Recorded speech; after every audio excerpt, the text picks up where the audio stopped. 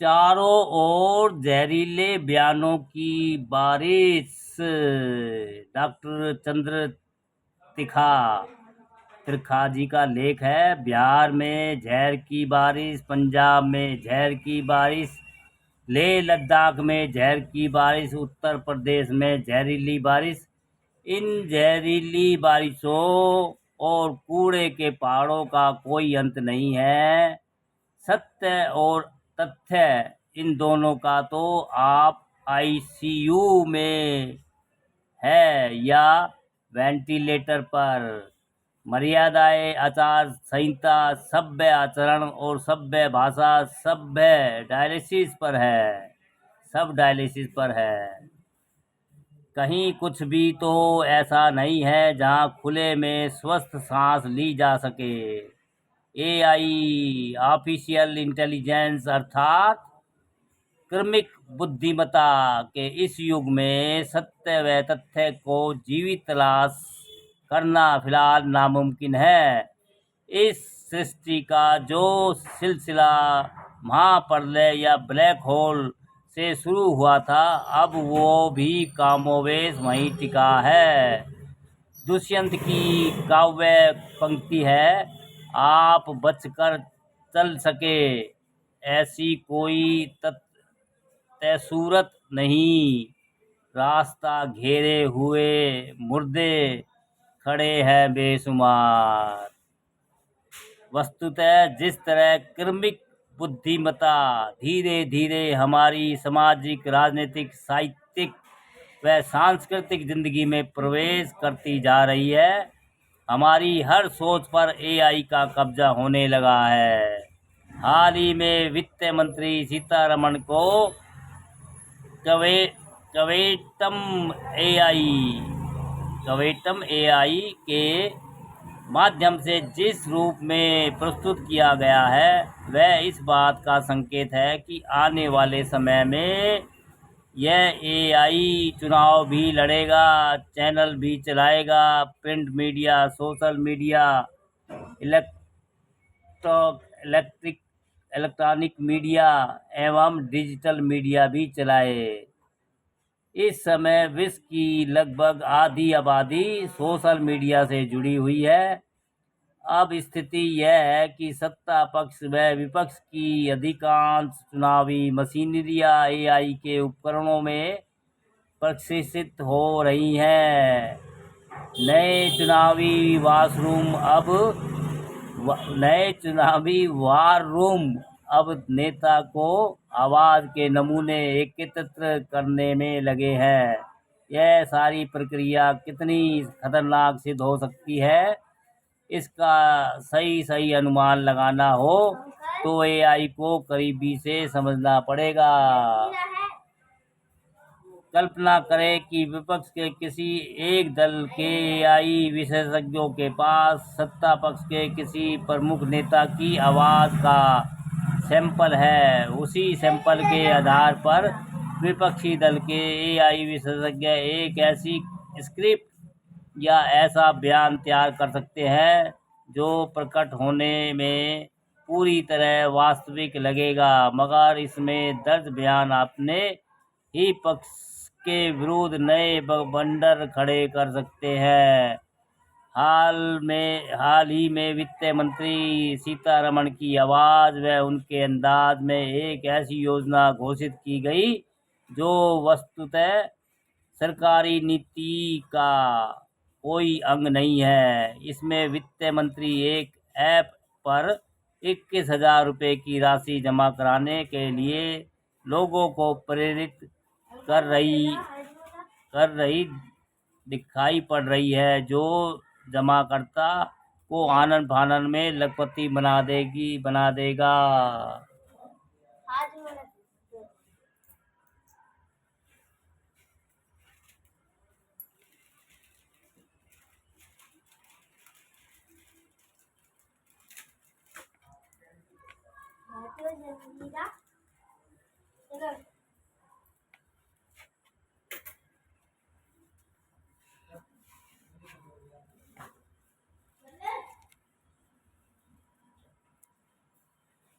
साहित्य में एआई की चुनौती, डेथ ऑफ एन आथर, यानी एक लेखक की मौत।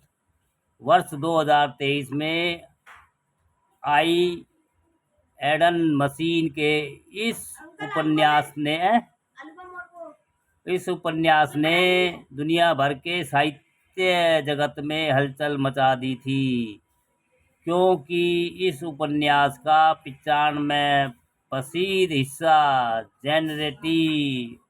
जेनरेटिव एआई टूल यानी चैट जीपीटी की मदद से लिखा गया था। इसी प्रकार जापान में उभरते हुए लेखकों को दिए जाने वाला प्रतिष्ठित अकुतागावा पुरस्कार 2024 में एक ऐसे उपन्यास को दिया गया जिसका कोई हिस्सा एआई टूल जेपीटी की मदद से लिखा गया था। इस उपन्यास का नाम है the Tokyo tower of sympathy और इसकी लेखिका है रिकुंडन। कुछ लोगों ने इसे लेखक की प्रयोगशीलता माना तो कुछ अन्य लोगों ने इसे मौलिकता की सती के रूप में परिभाषित किया। इन घटनाओं के सामने आते ही यह बहस छिड़ गई कि लेखन की दुनिया में कृत्रिम मेगा आर्टिफिशियल इंटेलिजेंस अथवा एआई की तरह की क्या भूमिका हो सकती है और क्या वह वाकई रचनात्मकता की दृष्टि में वास्तविक लेखकों जैसी रचनाएं प्रस्तुत कर सकता है। हिंदी का साहित्य जगत भी पीछे नहीं रहा और साहित्यिक पत्रिका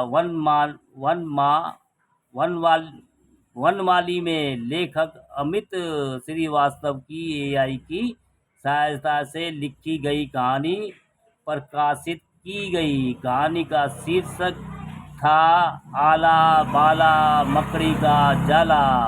आला बाला मकड़ी का जाला। इस कहानी के बारे में लेखक अमित श्रीवास्तव कहते हैं कि इस कहानी को लिखने के पहले मैंने चैट जीपीटी को अपनी कुछ रचनाएं दी थी, जिनको समझकर उसने कहानी की भाषा विकसित की। इस लिखने के लिए मुझे कुछ प्रोम्प्ट भी देने पड़े। लेखक का अनुभव यह रहा कि पूरी कहानी लिखने के बजाय किसी चरित्र को विकसित करने में, किसी पात्र की कहानी बुनने में, संवाद लिखने में या कहानी को कोई मोड़ देने में इसका बेहतर तरीके से इस्तेमाल किया जा सकता है। अगर आप एआई को अच्छे तरीके से कोई प्रोम्प्ट देते हो तो कई बार बहुत चौंकाने वाले परिणाम सामने आते हैं। मुझे लगता है यह माध्यम ढेरों संभावनाओं से भरा है और आने वाले समय में इसका बहुत बेहतर इस्तेमाल किया जा सकता है।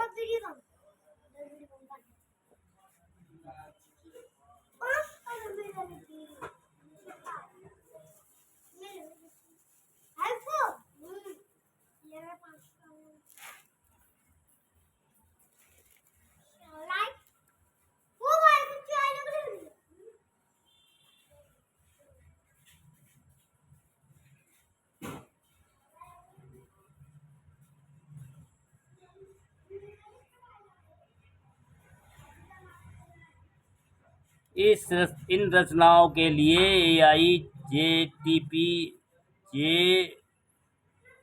चैट जीपीटी या अन्य जो वाक्य रचते हैं वे हमारी भाषाओं में रची गई उन अनगिनत पुस्तकों, लेखकों तथा अन्य रचनाओं से लिए जाते हैं जो इंटरनेट पर मौजूद हैं। यह जो वाक्य, पैराग्राफ या लेख लिख पाता है वह केवल इसलिए संभव हो पाता है कि वे इंटरनेट पर पहले से मौजूद है।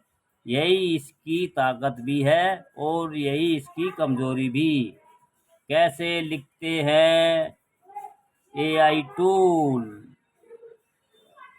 कैसे लिखते हैं एआई टूल? लिखित सामग्री जे जेट चैट जीपीटी या अन्य एआई टूल का लेखन दरअसल हम सभी के लेखन से बना है। हमारे द्वारा सोशल मीडिया के माध्यम से या अन्य तरीकों से जो भी लिखित सामग्री इंटरनेट पर डाली जाती है, एआई टूल उन सभी को एकत्रित करके उसका इस्तेमाल करते हैं। मिसाल के तौर पर chat GPT large language model यानी एलएलएम का इस्तेमाल करते हुए एकत्रित आंकड़ों का अध्ययन करती है और इस प्रकार वह अपने दम पर नई बात लिखने की क्षमता अर्जित करता है। इस प्रकार वह एक प्रकार के मशीनी लेखक की भूमिका निभाता है। एक प्रमुख प्रकाशक का कहना है कि यह सही है कि हिंदी के कुछ लेखकों ने अपनी कहानी या अपनी रचना का ढांचा खड़ा करने के लिए एआई का प्रयोग किया है, लेकिन निकट भविष्य में हिंदी साहित्य पर एआई के उपयोग या एआई के लेखन का कोई तात्कालिक प्रभाव या कोई तत्कालीन संकट नजर नहीं आता है।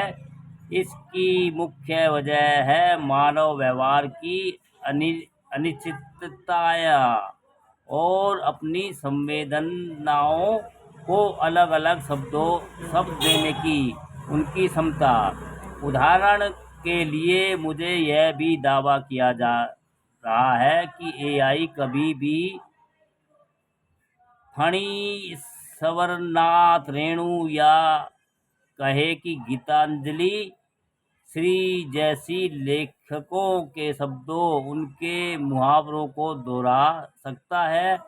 फिलहाल तो वह केवल मानक शब्दों का ही प्रयोग करता दिखता है। एक युवा आलोचक के अनुसार यह भी संभव है कि लेखक तथा अन्य रचनात्मक लोग खुद लिखने के स्थान पर अपने काम के कुछ हिस्सों को इन एलएलएम से कराना शुरू कर दे। दूसरी ओर यह भी हो सकता है कि अच्छे लेखक अच्छी लिखी हुई सामग्री को जल्दी इंटरनेट पर जारी होने देने से बचना आरंभ कर दे, क्योंकि यह सामग्री इंटरनेट पर जाते ही चैटबॉट के डेटा सेट का हिस्सा बन जाएगी और परोक्ष रूप से वास्तविक मौलिक लेखन का विरुद्ध जाएगी। दोस्तों, चारों ओर जहरीले बयानों की बारिश। अच्छा लेख है दोस्तों। हमारी जानकारी और वीडियो आपको अच्छी लगती है तो वीडियो को लाइक और कमेंट और शेयर भी करते रहिए दोस्तों। हौसला बढ़ाते रहिए।